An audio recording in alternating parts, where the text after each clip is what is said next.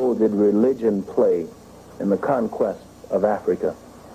Well, it played a key role because it came in with the brotherhood, and the African believed in brotherhood. It came in one world idea, one great brotherhood, and of course this although there were some states that resisted this, saw through it for a long time. And for example, remember the eternal Martha. You'd never forget them, because when you can't generalize for the continent, you see, because we're not talking about one nation, we're talking about a continent of people, you see. Have to keep that in mind every minute when you're talking about Africa, that you're talking about a continent. And we generally talk as though we're talking about one nation. We're talking about a continent made up of many nations. Okay, there were those who saw through the trick of religion as it was presented by both Islam and Christianity, and resisted both. The Martha state was a great example of this. And there were others who resisted for a while, but eventually gave in because trade was a great attraction. Say, okay, you won't let us in, well, can you let us trade around your borders here? And they established trading posts all around your borders, and gradually, you got in. But surely you let the Christians come in with the, they just want to preach to you about the same God that you believe in. Just want to show you there's one God over all. But it was all trickery. Found this one. But it was all trickery. Yes, it turned out to be nothing but trickery. Now, I would not say that this was a grand design of trickery. They just saw there was the traders were shrewd enough to see, the explorers, the conquerors were shrewd enough to see that if they carried the missionaries in, they wouldn't have to go in fighting. Missionaries in trade as the first bait would make their pathway easier. I would call it, and have called it, the blacks' naivety, the blacks' gullibility, the blacks' over quest for brotherhood. For as I pointed out in a number of places, we were always the brotherhood seekers. We were always the brotherhood seekers. And this has been our main downfall. It never was the reverse. The whites only sought brotherhood or pretended brotherhood, or the Asians only pretended brotherhood. And when they saw an advantage of economic and political rule as an ultimate outcome. Why is it that you always hear about European invasion of Africa, but very little about the Asian and the other groups that you mentioned? Because the Europeans were the last. Colonialism is uppermost in our mind. Colonialism has just been, that is, political colonialism, I put it that way, has just been destroyed. Economic colonialism still persists in Africa. So the European hold on Africa was politically broken when they began to become free and set up their own government. However, as I also point out in my writing, that Africa is only half free, and I would hardly call it half free, when it's only politically free. It will not be free until it's economically free. So long as the economy is still under the control of foreigners, then its government is under the control of foreigners. It was unfortunate that blacks in the United States are still, like their African brothers, absorbed with the idea that politics is their salvation. Politics is not the salvation of the blacks. Politics is only one aspect. Without the other, you're nothing, and that is economic power. Economic power controls the politician. The politician acts and is controlled by the economic power of this nation. of any nation. That's where the power lies. Breakdown Friday, Joseph Ward, Professor Carl Tone Jones, Patrick Irvin. We are back. How y'all doing? Hope y'all enjoying yourselves. Shout out to the builders of tomorrow. Getting into a breakdown of Chancellor Williams. Gave us a lot of information, but I'm centering this conversation around why haven't we learned from history? Up to this point in 2023, where we are in 2023, and with the understanding that everybody doesn't have the same education or wasn't exposed to a good amount of history. So talking to those who know the history, those who have been exposed to it, those who've taught it, those who've learned it, why haven't we learned from history? And overall, why do we have an issue letting go of our European attachments, understanding that we are under the system of white supremacy, but still we have European attachments that we just cannot let go of? So why can't we let go of our European attachments, and why haven't we learned from history? I want to start with you, Pat. Let's start with you. Why do you think, going off, listening to the information that Chancellor Williams has talked about in this clip, I know all three of us, and for those of you who are watching, if you aren't familiar with Chancellor Williams' book, Destruction of Black Civilization, you have to get your hands on it, you have to read it. But being familiar with his work and the information that he gave in the clip, you know, his book was basically was telling us, hey, this is what happened, and this is what happens when you don't learn from history. But why do you think we still haven't learned those lessons and been able to implement what we've learned, Pat? I think it's because we haven't really studied it or learned how to apply it. You know what I'm saying? Like when we go through the breakdown of what history is, even when he talks about politics, right? And he says politics is not the answer. Right. Politics is a tool. A lot of us don't understand what he means by that. And that's because we haven't really bothered to look up what, each one of the words in that phrase, in that sentence means. You start talking to people about what politics is, I don't really have an answer. They Right. or the picture they paint is a picture that is so limited in scope. Politics is a necessary evil, but it is not the tool. When I'm teaching kids, I tell them politics is a tool used to solidify your gains. You've achieved a certain level, you've achieved a certain status, you've made certain things happen, and now you solidify that by making that law or making it policy or making it something that is legally or governmentally or uh, group enforceable. This type of behavior, that is politics, the management of power. So, but then we get into, okay, well, if politics is the management of power, then it can't be how you accrue it, because you have to accrue power in order to engage in politics.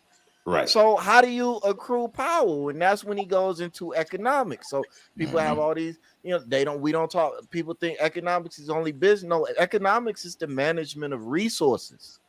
Right. The management of resources. How do you manage your resources?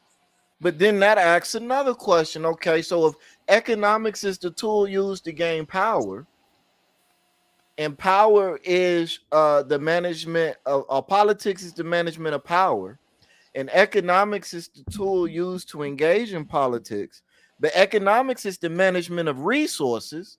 Well, then how the hell do we gain like, you see how you can go down all these different levels, and people just don't do that. Right. They take these superficial, shallow versions, definitions, very limited of the words, and then they try to formulate some grand plan or some grand theory, and that's just not how it works. The other problem we have is they're taking the words of the ancestors and the elders, the master teachers from decades ago, and trying to apply them literally today. Chancellor Williams said that European colonism is foremost in our mind because it's the last thing that happened. Well, there's a Chinese colonization happening right now. So you can't say that the European colonization is the last thing that happened in 2023 because that's not accurate anymore. But that's a small jump to make.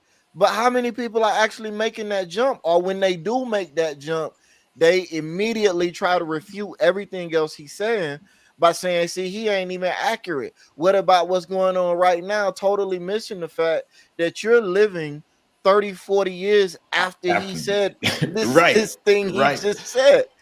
So it's a real complicated it's not a complicated answer to your question, but it's a complicated issue that we're dealing with as to why why we're stuck. Well, one of the things you mentioned right there, Chinese colonization. Chinese colonization is only possible if we haven't learned from the last group of people that colonized us. And we're still reeling from what happened from the last group of people that colonized us. Europe still controls the politics and the economy of the majority of the nations across the world that have black people living in them or even run by black people. Europeans have their hands in their economics and in their politics. So that is one thing that leaves us vulnerable. The Chinese, being a competitor of the Europeans and the Africans, saw a chance to be able to go in and open up and colonize. But on the African continent, colonization isn't possible if people aren't cooperating with the Chinese. That brotherhood that he was talking about. So we ain't learned, especially if we gonna see it, because we know Chinese colonization is happening right now. So in that light, we have not learned. Yeah. So same thing to you, PC. What give your ideas on, why haven't we learned from history?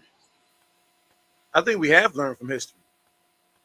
And one of the things we learned from history is ass whoopings matter. I was waiting on it. I was like, where he going with this that, I was like, all right, I know where he going. It's a setup. Yeah, it's a setup. Yeah. They do. They do. Listen, man. We know that these Europeans got savage with it. There's also a history of Asians being savage with it. You see when the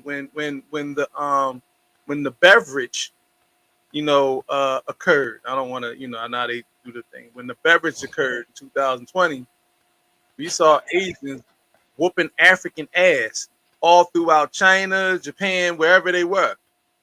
Kicking them on the streets, and African nations basically did very little to go get their people. We can relate to that. Some of us can relate to that. I'm not trying to start no trouble. But the bottom line is what Patrick said earlier. You need power to do any of this stuff. And we keep trying to find shortcuts to power. So we have pseudo-intellectuals who want to gaslight the next generation of fighters because they ain't got the courage. I can recall a Facebook post of mine several years ago where a brother said he's learning and he's teaching his son to fight the battles tomorrow that he ain't fighting today. And I said, Negro, did you read what you wrote? Right. How the hell you gonna teach him how to do something you're not doing? And don't seem to have the courage to do. So that's one of the biggest issues that I see facing us right now. We don't want the smoke. We are very comfortable being colonized. Not even just in Africa, here in America. Anywhere you see black people in the Caribbean, where there's the Asian invasion took place in the Caribbean long before it took place in Africa. And you look anywhere in the world, black people are, somebody else is in charge, even if it's a black face sitting at the head of the table. Exactly. And so we learned from it. And then you've had people who benefit. You have the small segment of society that benefits from the colonization, be it African dignitaries and leaders, be it your local crony politicians, way down to your civil your town councils and city councilmen, council people. They benefit. Pockets get stuffed to consistently, put glass ceilings up, thwart progress, promote propaganda against progress, lie to the faces of people, telling them progress has been made. I mean, I can't tell you how many people will argue that black people in such great positions after the Obama administration, when I live in North Philadelphia, and I can see what didn't happen. So, we're looking to be intellectual, and this, and I mentioned it, but Patrick uses a word that I think is brilliantly used. Oh, I don't have tongue ties tonight. Brilliantly used. I got it out, y'all. Epigenetic memory. Yeah. We remember how savage the reign of terror was here in America, the bloody summers of 1919, the whole consummation of the Jim Crow era. We remember that, the fear of being in the house before sundown. We remember all of those things, and it's passed down generation to generation. That's why the safest person in a black neighborhood is a little white girl who lost looking for mommy and daddy. Because ain't nobody going to touch that girl, and everybody's going to make sure she finds her way home safely, because we don't want to incur the wrath of the white community, white power structure, if something happens to that little girl. And I'm not saying that to say we should be hurting little children, but I'm just putting things in perspective. The perspective is we've learned from that history in terms of what we should do. You'll have debates with people about what we should do. But last I checked, during the Haitian Revolution, those Africans wasn't doing no debates. Last I checked, when Denmark Vesey was gathering his folk, there wasn't no debating going on about what should be done and how it should be done to motivate anybody. All right? When all the different uprisings happened on those plantations, it wasn't no debate. Nobody had to debate with Harriet Tubman about what must be done. Nobody had to debate with Frederick, or even though Frederick Douglass was a debater, when it came to getting his own freedom, his hands did the talking. All right, he beat his freedom out of that overseer in that barn that day. All right, and made his way to freedom. He did all the oratory stuff later. See, we want to do all the oratory stuff, and you can tell in the communities we live in right now, people don't even want to use their hands. That's why we all these out here in the streets. You have to bleep that out, but that's why we all these cats out here getting dropped with arsenals and things of that nature, because cats ain't got the heart to use their hands. Well, who raised them? Who taught them? So our generation, right? And the one in my generation before yours. So we have laid down the 60s and the 70s, and I've spoken to elders. The fight was beaten out of black people who actually were pushing for black liberation. The fight was beaten out of them, and they were isolated on islands of their own. The majority of the community watched them, and the children watched them. So when the children grew up, the children said, "I'd rather gang bang on each other, because going after independence for black people, we'll have you a political prisoner. We'll have state-sanctioned hits on you by local law enforcement, and the way they wage war, they kick ass and ask questions later." And that's what So yeah, we learned the lesson. And the lesson was, we don't want that smoke. And I challenge you to challenge that. Exactly. That is, so I do agree that we've learned that we don't want to smoke. We've learned why not to fight back, because of the consequences of fighting back. And that go to, like you said, Patrick, talking about the epigenetic memory. We remember getting the butt whippings. We remember the executions. Mm-hmm. But also going back to one of the things Patrick said, and Chancellor Williams was talking about, politics, us not understanding politics, not using politics correct. And I just think about, politics of today. Our obsession with either the Democratic Party in majority, or the minority group of black people who have the obsession with the Republican Party. And really having the idea that this is the yellow brick path to take us home. This is how we're going to get to our freedom. This is how we're going to gain power. This is how we can manipulate and move power. And like we've all stated and we all understand, well, the three of us and Chancellor Williams, and hopefully our viewers understand. And if you don't, you're going to learn now. But once again, what Patrick stated, economics control politics.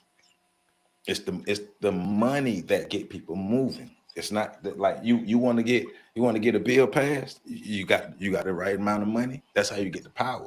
That's how you get some of the political power. But once again, going back to what you said, talking about the resources, but we haven't learned those political lessons because of the way we are. We don't even play the politics game. The way we're used politically as pawns in the political game.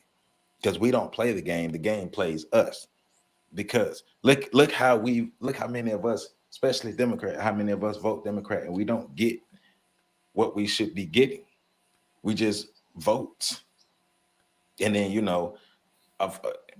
I believe in voting, but I believe our votes could have a lot more power if we did things different, if we voted in the block, if we came together, we unified, all the things that we know we need to do. But the thing is, we continue to do the same things over and over and over. And let's get ready for all of the campaigns and all of the ads and all of the propaganda to push us to vote a specific way. Let's get ready for all of the shaming tactics that's going to come from the left side. Let's get ready for all that. Let's get ready for the right side to be like, hey man, see them folk over there, they don't really love you. Come on and get with us. Come on and be with us. We finna be enticed from both sides just to get nothing out of it because we still haven't learned how to play the game. We got to learn our lessons. And until we learn our lessons, we're going to keep kicking the dang on can down the road. Come on, man. So another thing he talked about was the need for brotherhood. So Patrick, when you heard him talking about Black people, and not just African people, because we know that this is something worldwide that we can see with Black people, our need for brotherhood. When you hear that phrase, the Black people's need for brotherhood, especially for us pertaining in America, what is that like? How do you perceive that, our need for brotherhood? Well, there are a bunch of different ways that I was thinking about it. So, I'll just say the one that's lingered in my head the longest. And it was, kind of from a negative connotation in terms of our current position. But I think it goes back to our inability to really move how we need to move. When I hear need for brotherhood, and I'm struggling to remember how he mentioned it in the clip, but when I hear that phrase, I think about how Black people grew up or how Black people developed. Our societies has been well known and established. Most African societies develop in a very social environment, with a need for being accepted for a level of status that in the world that we exist in has been used against us. And it's quite, it's contrary to the world that Europeans developed in, or that a lot of the white societies developed in, where it was a land of scarcity. Resources kind of determined status. In a lot of African societies and a lot of these things we bring forward, it was kind of the reverse. Status determined resources. So I think we have a situation now where, because the people at the top understand that resources determine status, but we're still programmed in a way that says status determines resources, we're driven to agree with the masses and do whatever we can to maintain a level of social status outside of doing what we need to do to acquire the resources that would allow us to self-actualize. And so that's one way I think about it in terms of it being a negative, because we don't exist in a world currently where brotherhood in the way that we know it and understand it is something that's positive, because you know, you think about, like, we always talk about how we're defined by our lowest common denominators. Yeah. And how we're excited about being accepted by the masses in our community, being hood. Me and PC talked about this the other day. Proud ignorance, arrogant ignorance. Man, I don't read that shit. You know what I'm saying, man? You be reading all these books and all these studies and shit, man. I don't do none of that shit.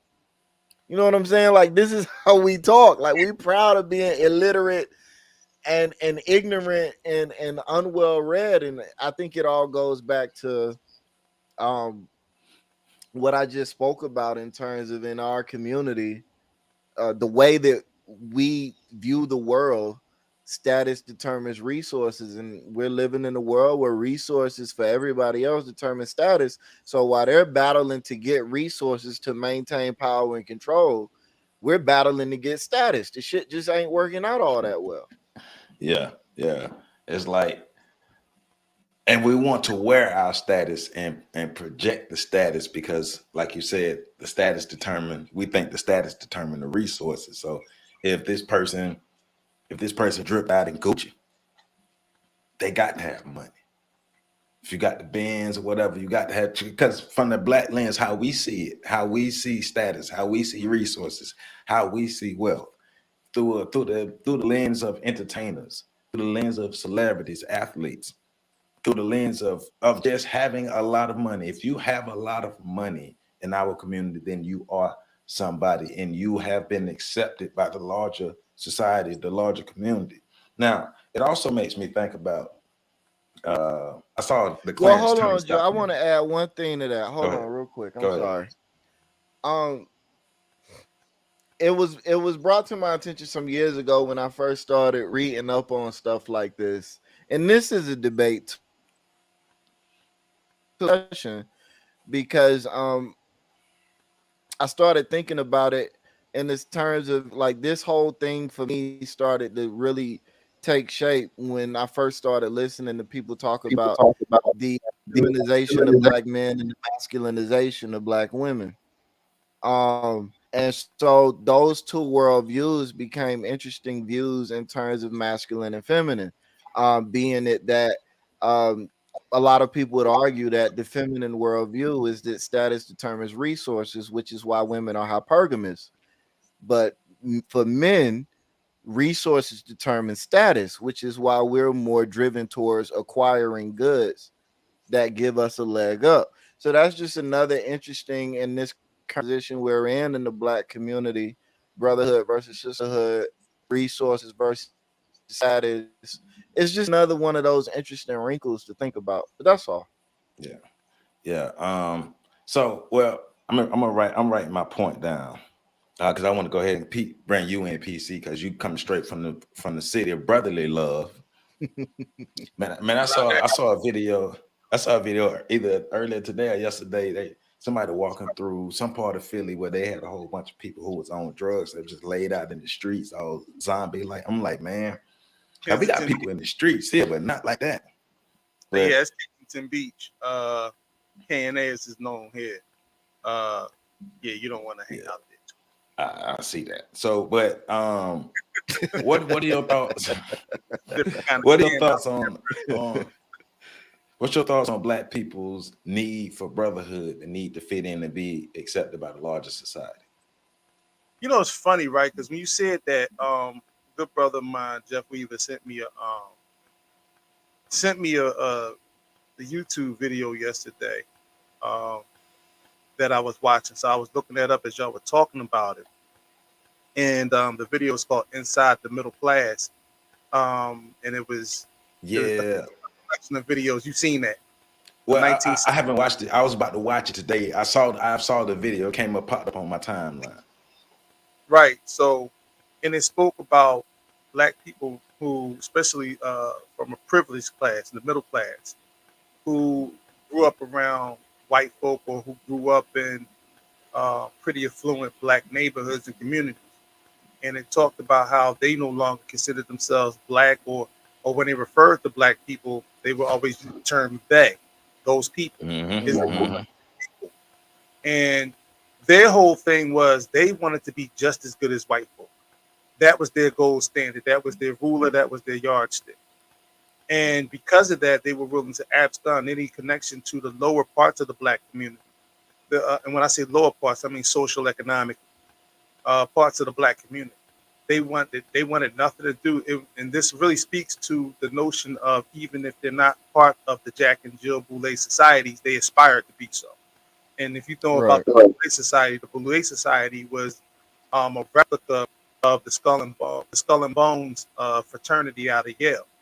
So they were aspiring for power. They wanted power, but they, like I said, the yardstick, the ruling was white folk.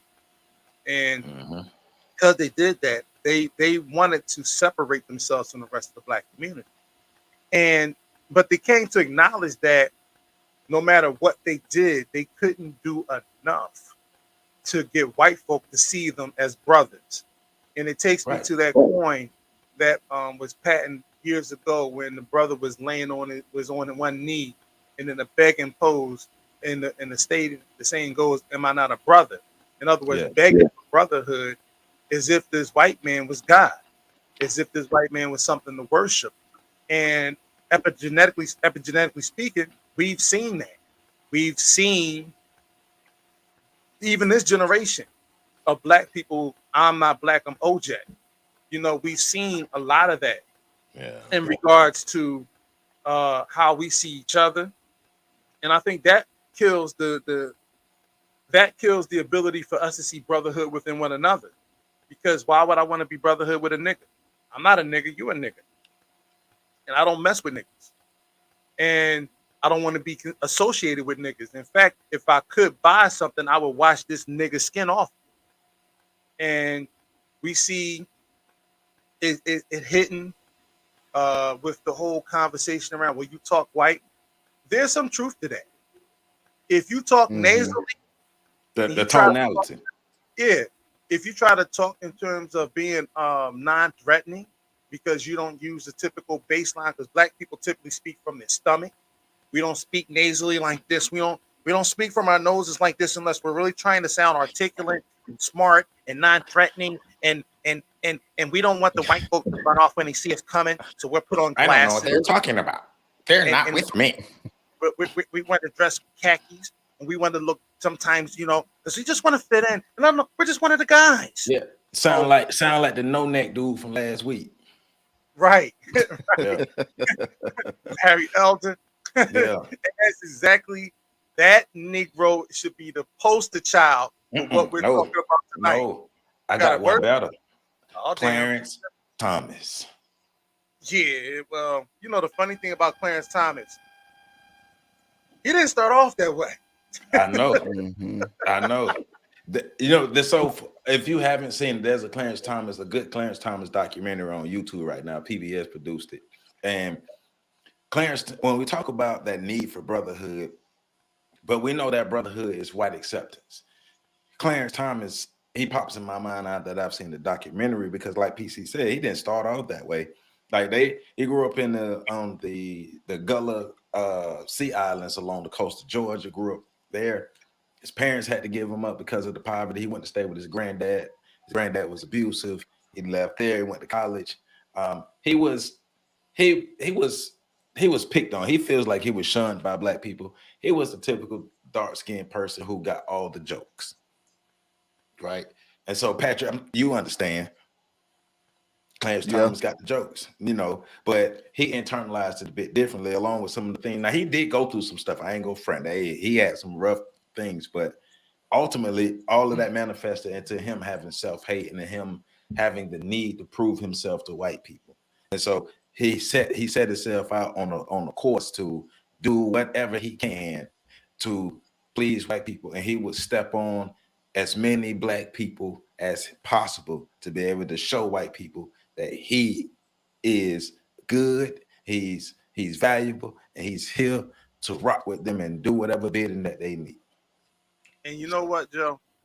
I want to call bullshit on the fact that people utilize excuses like that to legitimize their self-hatred. I'm with you. And we got to stop giving people a pass for that.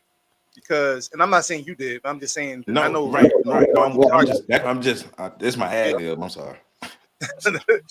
because and it's not just me. I have anecdotal experience my damn self. You know, this face I have right now was very skinny, but this nose, ears, and lips were the same size since I was like 8.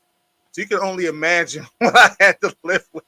Man, I was everything from Edward E. Newman to Baby New Year to, you know, but in saying that, the self-hatred that people extend, it comes from the same people you're trying to blend in with. It comes from that white community. It comes from the class that you look up to, the group of people that you look up to, want to be around and make feel comfortable about you. So you hate yourself because you don't blend in with them, and they and they remind you that you don't blend in with them, and so you do everything you can to distance yourself from other Negroes, other Black folk, and then you put any excuse out there. And because we live in a liberal media, for the most part, they will prey and play on those particular stigmas and insecurities amongst Black people, and then draw sympathy for the betrayal of the Black community. It's the same thing as when the missionaries and the Europeans and they showed up in Africa, being able to play on the tribalism and separate the people even more than they already were. It's the same thing because, you know, we grew up in the era. Look, in preschool, I got picked on. In elementary school, and I'm talking about, I've been in a situation where the whole class let me have it too. So I ain't talking about no Pat get it. I ain't talking about no preschool, elementary school, middle school, high school, college, on the jobs. When I go to my mama house, a joke gonna be thrown. I grew up in environments where you're gonna get talked about. Like I said, I've been in several situations where the whole class and the teacher are all letting me have it. So I've been in plenty of situations where my I could have internalized that negatively and be like, oh, they don't like Black people. But I do think that when people are going through those situations, and if you are internalizing it negatively, you should go seek some help rather than just continue to let that persist. Because Clarence Thomas is a great example of how Black self-hate, how extreme Black self-hate can manifest. He's like a real life Uncle Ruckus. Look how it manifested itself. Like his whole mission is to destroy anything that's positive to Black people. He really wanted to be down with Black people. He's like Brandy, I want to be down. And not only that, right? Because they participated in some Supreme Court rulings that eliminated some federal coverage for PG County, like 20 years ago. I remember this. And who's to say that that is one of the reasons why PG County, which was once one of the more prominent Black communities, now is suffering and being ghettofied like cities like Atlanta and Philadelphia and Chicago right now. You know what I'm saying? And because it's dangerous, and it does create a ripple effect. And those type of Negroes are the ones that's going to receive endorsements from our enemies, because they're going to be able to do the dirty work and hide behind his Black face. Yeah. So, you know, that's something that truly needs to be addressed, because too many times, you know, even when Clarence Thomas was running, when Clarence Thomas was up for the running, there were a lot of Black people that gave him the benefit of the doubt without even doing his track record. Without looking at his track record, just because he was a Black Supreme Court justice. Yeah. He was about to be sworn in. Yeah. Another thing Chancellor Williams talked about was Black people being gullible, the Black gullibility. So we got to touch on that, because when I was young, I never understood why, for one, Black people were always very accommodating to white people, knowing the history. So in that sense, the gullibility comes in, because this white person presents themselves nice. I remove all thoughts of them having any malicious intent, even though that white person can. The same thing as the missionaries coming in. They played on the gullibility of the African people, and our gullibility still comes out to this day. Because think about how small of a feat or insignificant a A white person has to do something that's very insignificant, and they'll get invited to the barbecue. We talked about that last week. A white person, like it's a white dude that's floating through social media now. He comments on all the things that perceived as racist, and of course, black people. We got to invite him to the barbecue. The gullibility comes in. How y'all know? Like we talk about COINTELPRO all the time, but we're just still letting everybody in. We're not checking people. Like Pat, why we still gullible, man? Why are we so gullible, and why are we still as gullible as we are, knowing with the history that we have? Well, I mean, I think it goes back to everything we've been talking about. We don't know the history, and then it goes back to that again, that status thing that we just finished talking about. Um, look, and this is also group psychology 101, like in my opinion. Go ahead, break it down, Groups brother. that see themselves as inferior are always going to try to ingratiate themselves to groups that they see are superior. It's a status thing. If I join this other group, then even though I'm not biologically one of them, I'm of better status and station than I was when I was with the group that I'm native to. I'm better protected. I have better resources, and my chances for survival increase. This becomes a survival thing at this point. So but even to the Clarence Thomas situation, like I don't this is one thing black people got to understand, and I firmly agree with and support that we got to do something about colorism and a lot of the other things that we face in the community. But we also got to remember, everybody got a story to tell. Just because somebody was light skinned don't mean that they had the most wonderful existence ever. That's not what that means. And a lot of times we start getting shit backwards and alienating our own people, Right. by making these grand assumptions. But I think the core of the question you asked, which is why are we so gullible, because black people are only gullible when they're dealing with people in perceived positions of power. Right? When somebody when the black homeless dude walk up to you and try to talk to you, you ain't gullible to that motherfucker. You don't want to hear nothing he got to say. Even if you think, look, man, Oprah Winfrey, who could pull this off at this point, could dress as a homeless, crazy bag lady and walk up to anybody that's 25 or under and try to give them business advice, and they would be like, who the hell are you? Perceived status, they would ignore them. She would have no credibility.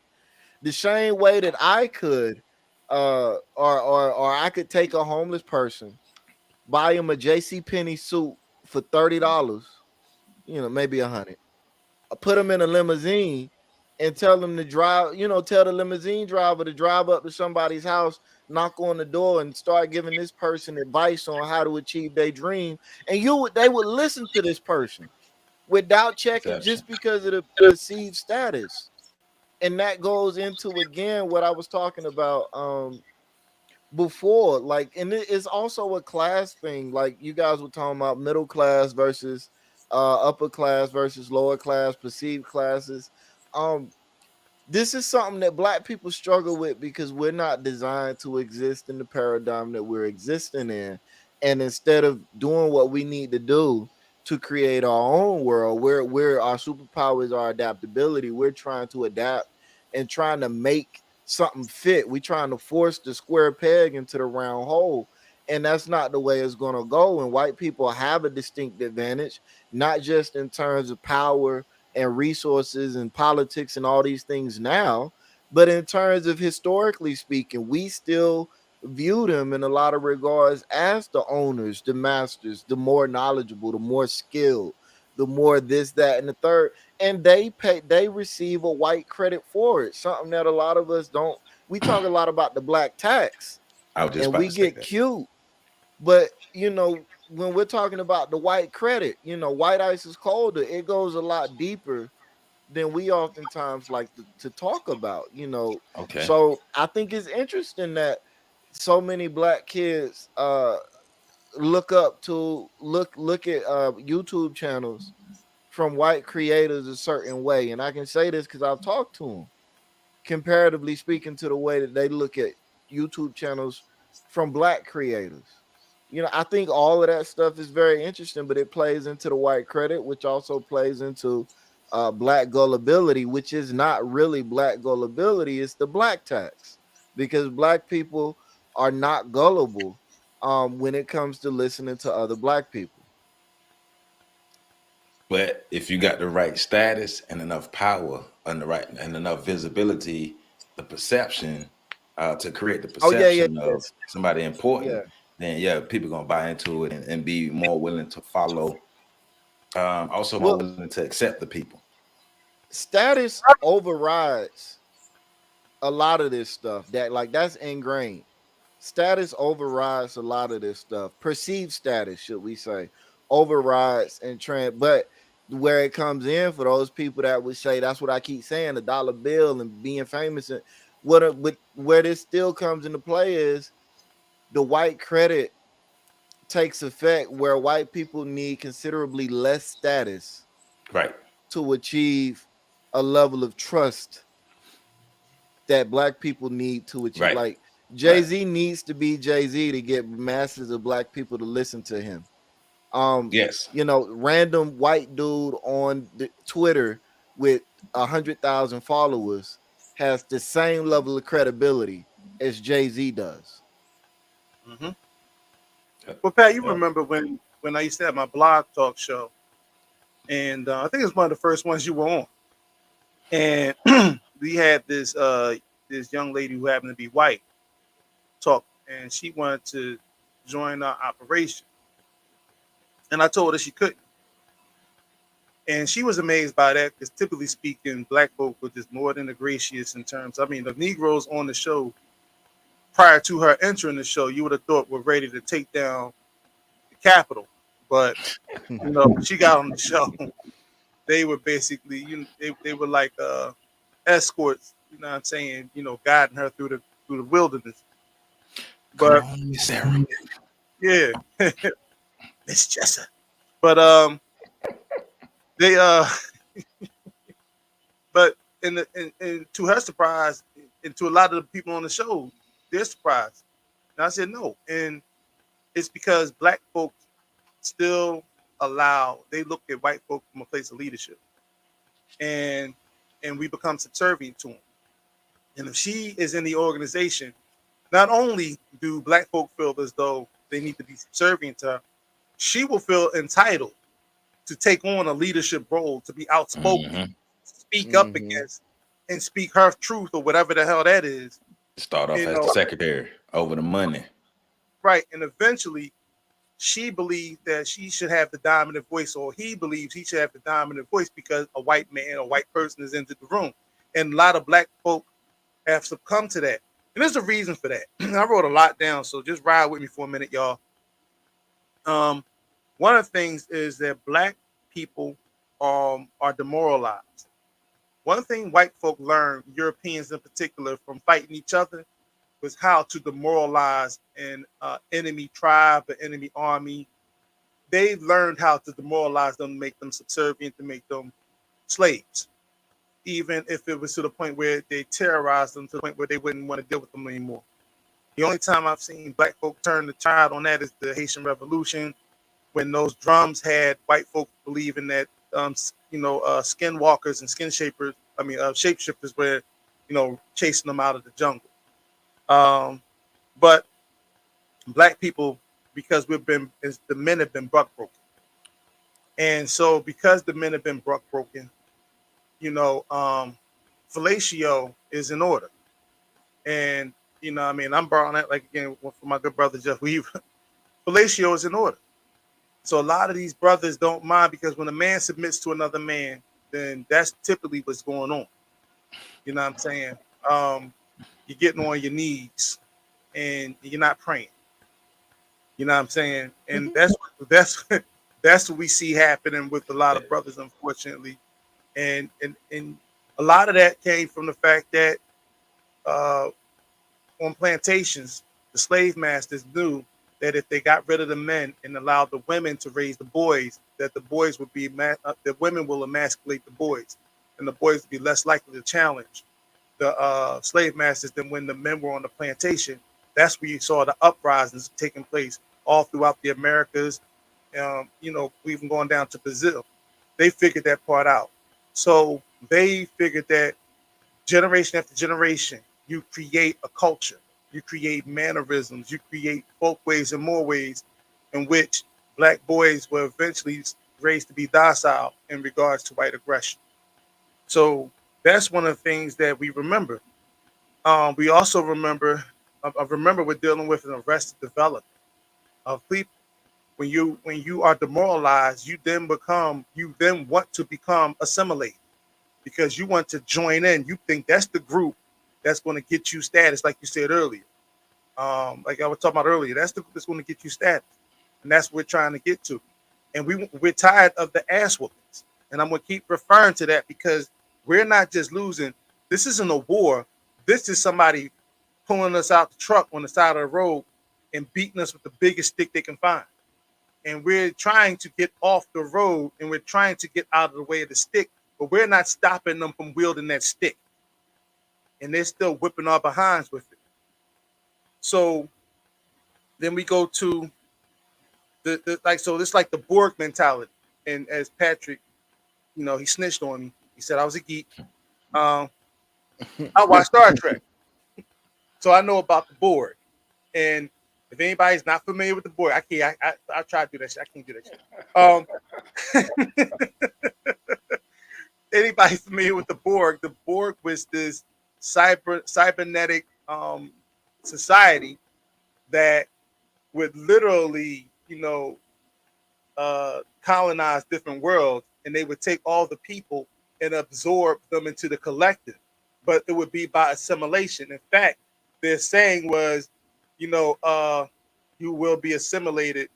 Resistance is futile, and that's sort of the mindset that colonizers have with us. And a lot of us are like, okay, bet, how do I get down? You know what I'm saying? And then we have some of the other ones. I'm doing some movie references right now. Blade 2, there was a white dude, and I can't remember the little white guy's name. It's Scourge or Scrap or something like that. And he was the one that turned on Blade. And what he said to Blade was, in aligning with the vampires, he said it's better to be a pet than cattle. And I think a lot of black folk are comfortable with that. See, people talk about black people having Stockholm syndrome. This is worse than Stockholm syndrome.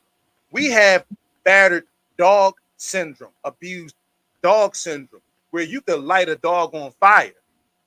And if you still feed that dog will still come around and try to win your love. That's black people in America. That's black people in Africa. That's black people in Europe. That's black folk in the Caribbean. I don't care if the majority of the people in your country you're black. Guess what? You're still run by the European because the World Bank and the International Monetary Fund is the one who are financing your lifestyle. Your dollar bills don't mean nothing because it's all going against the petrodollar. You understand me? You understand me, man? Like that Will Smith African accent. Yeah, I'm all over the place with it. So, and last but not least, F those barbecues. I don't even want to come to the barbecue. Y'all got so many goddamn white folk at the barbecue that y'all gonna have so many raisins in your potato salad. I don't want no parts of that. I don't want no parts of rare ass chicken. I don't want no parts of none of that other stuff. Shout out to the white folk. I'm not going to the barbecue either. Y'all can have that. Yeah. but that burgers. that gullibility has is one of the reasons, another something they can check off of having us where we are and keeping us in the place, because like even here in Tallahassee, I'm seeing that there is a group of black people who talk about self-sustainability, but it's not necessarily happening. But then there is a group of black people who the sole mission is to be accepted by the white people. So when it comes to race relations, there's a specific organization here, and every year they do an event around race relations, and they do They do a little Romeo, a little version of a Romeo and Juliet play, then they have like a town hall discussion. You know, the same thing every year, right? But it's like the missionary stuff, you know. Hey, we're gonna come in under the guise of being friends. We're gonna come in under the guise of wanting to make amends with you guys and help you guys build what you need. But at the same time, we're not progressing. They're helping us stay in the same place. Can I say something about that, Joe, Go real ahead. quick?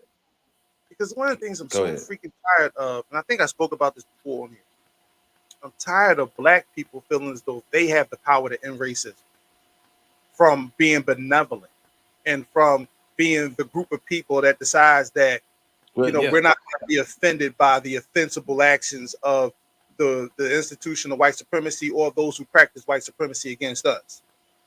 That's the, how do you do that? And how do you address to a moral character, a moral fiber of a group that has never shown you that they have the ability to have compassion for your condition? In fact, they have contempt because you still breathe air. Well, it's been drilled in so many black people's heads for so long that we have to fight hate with love. All right, well, name me the group of people who fought hate with love and won, and who was already oppressed and fought hate with love and won. Name me that group of people. Now, realistically, not idealistically, or not like, oh, we should all love each other. Realistically, name me the group of people who were oppressed by another group of people and who were able to conquer that group of people through love. Hey, man, listen. Where your crickets at, PC? Where your crickets at? Real quick. If that was the case, America wouldn't have a military.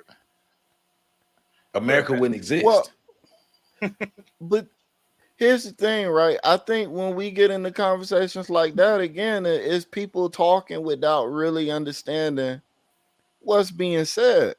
When you're talking about groups of people, in my opinion, like, because I love when people bring up that analogy, because I know that they ain't really thought about it. So, I get excited when I hear that, because to me, I'm thinking, okay, you're right. You do fight hate with love.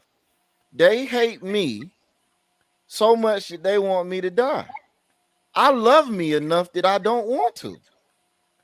So, they hate black people so much that they want to figure out a way to make us a permanent underclass in a way that we'll accept. Well, I love black people so much that I don't want to see black people like that. To me, it don't have nothing to do with my feelings towards white people. Like, it has everything to do with my feelings towards my people. And I think that's what people get it confused. You can't fight a motherfucker that hates you by loving on them. That's stupid. But you can fight a motherfucker that hates you by loving on yourself and not putting yourself in a position to be vulnerable and prey to their negative emotions and outbursts and impulses. That's just stupid to me. That's why I said, even, we go back. I think one of the biggest disservices we do to ourselves is how we study, how we celebrate Black History Month, or really any Black holidays, period, because it's all centered around, like I was telling PC, we're going so far out of our way to show white people that we're so gracious for all of the tolerance they've acquired for our existence over the centuries. We remember every figure that they tell us is important to remember, every event that they tell us is significant to understand and remember, and we just outright forget all of the people that work solely for the celebration of Black people in our Blackness here in America. Like the question I always ask, why do we all know who Ruby Bridges is, but none of us know who those other Black families were who either pulled their kids out of the schools before the school started, or when their kids came home that first day from being in the integrated school that they was bused to, because ain't no white kids ever get bused to Black schools. When they kids came home with bruises and war stories, they said, no, that's it. You're not going back. Those are the heroes. Especially the ones that said, "Nah, my kid ain't going to these schools to begin with." Why the hell? Why the hell would I send my kids into? I want to know the names of those families. I want to know the names of those parents. Those are the parents that we need to be holding up, not the ones that willingly sent their kids into an environment where they were going to be affected mentally, physically, and emotionally for the rest of their lives. Those are the parents we should be throwing stones at. Ruby Bridges shouldn't be celebrated as a hero. She should be treated as a cautionary tale for how bad parenting can destroy an entire community. Yes. Yeah. Now, and also, you know, when it, yeah, but when it comes to us, like you talked about the celebrations and holidays and stuff, you made me think about, you know, Juneteenth is coming up, and before Juneteenth was, I'm gonna say it like this: before white people gave us permission to celebrate Juneteenth, really, Black people sparingly celebrated Juneteenth. But I'm just having this conversation with people here in, I'm gonna keep saying it, here in Tallahassee, Florida. When I was a child, we celebrated May Day. Of course, we didn't really learn about May Day. And that's one of the issues too about the way we so-called celebrate things is I always thought that when Black History Month or Juneteenth or these holidays come around that's supposed to be commemorating Black history, we should learn about the significance of the event and what went into it and the people who went into it and everything around it and everything connected to it. We should learn about that, but we don't learn about that. So I didn't learn about what May Day actually was until I became an adult. But basically, a month before Juneteenth in Texas, the same thing happened here in Tallahassee. They went to Lake Ella and celebrated. The Black people went to Lake Ella. They called it Bull Lake on North Monroe Street. They went to Lake Ella and celebrated, right? But when I was younger, we would celebrate it. Of course, like I said, we didn't really learn what it was. But now, as an adult, Juneteenth has, white people told us we can celebrate Juneteenth. Black people started celebrating Juneteenth. And here they have grand Juneteenth celebrations. And when like there are families who consistently celebrate May Day because they've already done it and they always will. Shout out to them. And they do it different than the way the city would do it or the big productions. Theirs is more educational. It's more about family and celebrating the lineage and people who are still here, making sure the children know who they are, where they come from. So it's a lot of family values and traditions that are passed down through those private May Day celebrations. But the grand productions, man, that's just a vendor event to come out and say you did something. Yeah. Well, bro. Go ahead, Pat. No, I was just gonna say because the Juneteenth conversation is so aggravating to me because a lot of these people celebrate and still don't really know what Juneteenth was. I talked to some kids recently whose parents are big into Black history. So the kid says, I said, "What's Juneteenth?" Oh, that's just the day that Abraham Lincoln signed the Emancipation Proclamation. Oh, 2 years before that. oh, okay. okay. And he said his parents is big on Black history. Exactly. Yeah, you couldn't come in my house till you couldn't come back in my house because you making me look bad. So until you learn that and go back and show that person who you made us look bad, you can't come back in my house, bro. Nah, bro, you making them look bad, bro. Look at, bro. But that speaks to that really does speak to the ignorance that persists. And I'm going to actually be speaking at a Juneteenth event here at the Rotunda in Philadelphia in a few weeks. But my take on Juneteenth is the same as we had the Independence Day Project. And it's not our July 4th. And we love doing that tit for tat shit. You know, you got July 4th, I got this. You got Jesus, I got my ancestors. Like, Negroes, is the only reason we have shit is because white folk got shit. Like, when can we just stop trying to have a Black version? Damn. Right. You know, listen. You want to know the true failings of the Black community is because the Black community kept trying to mirror the white community. Like for all the achievements, and I take nothing away from the townships that black folk built up post-slavery and Reconstruction. But one of the biggest failings is you kept trying to emulate white folk to show them that you were not to be feared, that you were not to be, that you were not inferior. And what did they do? They burned your towns down. They drowned you in your towns while your children were sleeping at night. They built overpasses so that your towns would not have access to the people who were driving through, and your local economies would fail. They have gone out of their way to show you they do not want you. They do not want you to be anywhere near them, their children, or their families, unless they benefit off of you. That's why the only Negroes that are acceptable to white folk, and Spike Lee really hit it on the head and do the right thing, is athletes and entertainers. When they were in the pizza shop and he said, well, Magic Johnson is not a nigga. Right. He's a Negro. Right. So, in other words, he had honorary white status. And even Charles Barkley alludes to that because they're rich and famous and so forth. So, right. So we got to get out of this thing because the status thing is killing us. This Negro rich thing, this nigger rich thing is killing us. We don't see the need to build with one another. So we look to do what. This is like the ghetto version of what we saw in the 50s and the 60s, where I want to show how much wealth I have, right? What were you saying earlier, Patrick, that men were looking for status instead of resources? So that's what guys are doing right now. They're taking their money and they're flashing, and that's why a lot of these guys are getting hurt, because they're flashing their money and their jewels and all these other things, and they're going to poor areas. Rest in peace, PNB Rock. You know what I'm saying? So this is what's happening. You have to build something with other brothers. And don't tell people what to do with their money. Well, how can you have a community if the community, people in the community is not working toward the community interest? So we're just gonna have a bunch of rugged individualists. Y'all do what y'all need to build the community up, and I'm gonna keep my sack of money over here.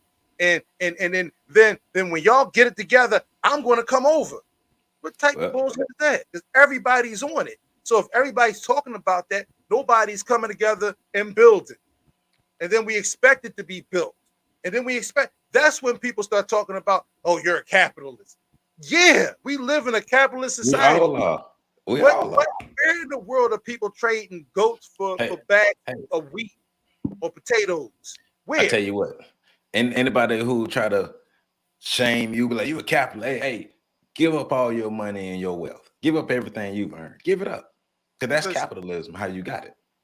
When Malcolm X did the Ballad of the Bullet, the first thing he talked about was building black businesses from a storefront. Malcolm X came up with the blue plan that had the Nation of Islam with schools, farms, buildings, and an infrastructure in which they created community wealth. All right. So Marcus Garvey, who we like to all refer to, built his name and also built his movement off of selling newspapers and newsletters and membership with money. You can't you need some type of capital because and going back to Malcolm, by any means necessary. Do we even know what by any means necessary mean? Not these days, but go ahead. No, I was gonna say I'll do you one better. Not even do we know what by any means necessary means. Do we know what capitalism means? Because I've been sharing for decades. We don't. Right. We have no clue. People be talking about the evil capitalistic society. I'm gonna start my own business so that we don't have to do. Bitch, you gonna start your own business? That's capitalism. Do you not understand what is? Any other way, somebody would start it for you and let you run it, and it would benefit everybody, not just you. But again, people don't. Again, people just be using words with no concept of the ideas behind those words. Like capitalism in its purest form is private ownership. That's it in its purest form. And we talking about an economic system in America. If you want to talk about the political structure, you're talking about a democratic republic. If you like all of these structures, if you want to talk about the healthcare structures, and we're talking about a socialist structure. If you like, there are a bunch of different structures at work in America.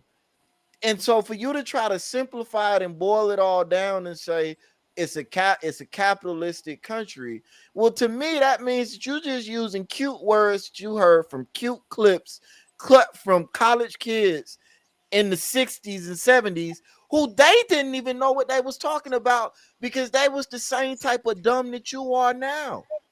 Mm-hmm. Yeah. Yeah. But again, we idolize these people. We like, well, in the 60s and 70s, they was no, them people you idolizing was the same age as your children are now. When that video was made, a lot of y'all in y'all 30s and 40s, I'm in that age group. Those kids that we listening to talking about how conscious they was and how woke they was and how they had it all figured out, would you say that to your child right now?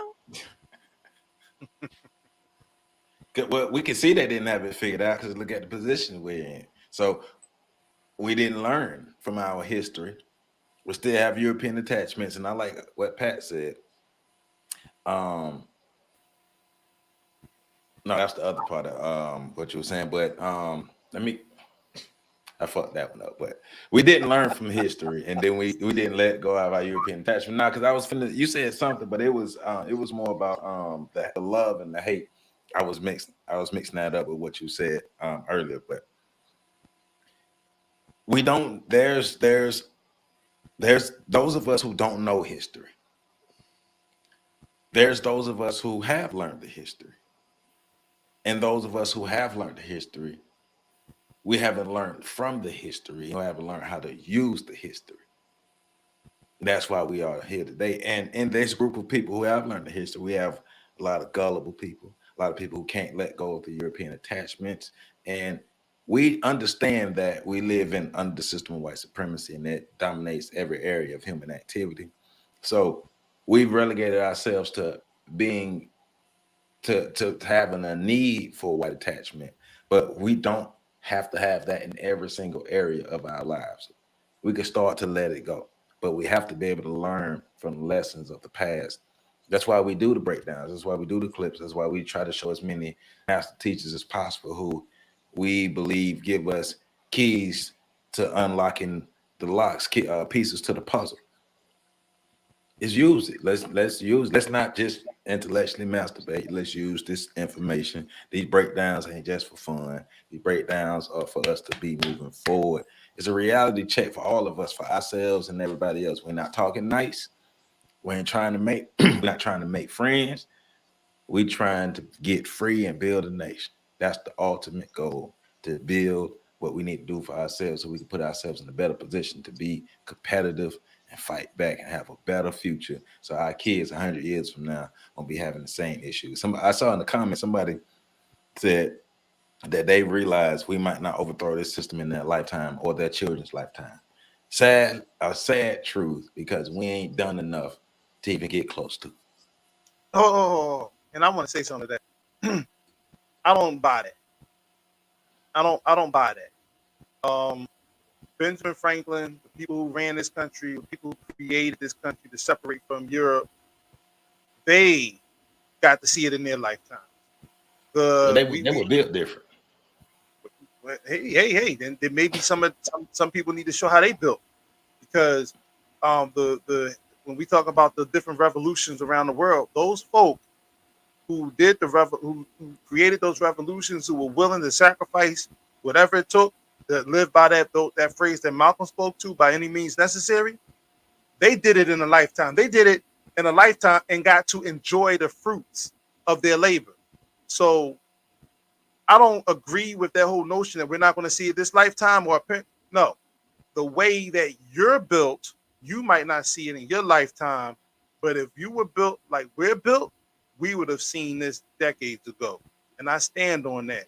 And I stand on that as somebody who's been on the front lines, somebody who's been under surveillance, somebody who's done a lot of different things. So, you know, and I'm just leaving it there. There it is. I mean, hey, either gonna get it together or we ain't. But the goal here is for us and the builders of tomorrow is just do that. Build our own tomorrow. Hey, we got to learn. We have to learn from our history. We have to let go of our European attachments. Joseph Ward, Professor Carl Tone Jones, Patrick Irvin, FetLifeStation.com tonight, 7 p.m. FetLifeStation.com tonight, 7 p.m. FetLifeStation.com tonight, 7 p.m. Make sure you support me on Patreon, patreon.com/OTSOG. Website scrolling at the bottom of the page. You can hit the super like button under this video. All of that to support your homeboy. Other stuff is in the description as well. Love you all. Make sure you check out the next video coming up. Oh, yeah, and I appreciate everybody who's been viewing these videos, getting these views up. Let's go. 50,000 subscribers. Let's go. And we're on our way to 100K. Let's do it.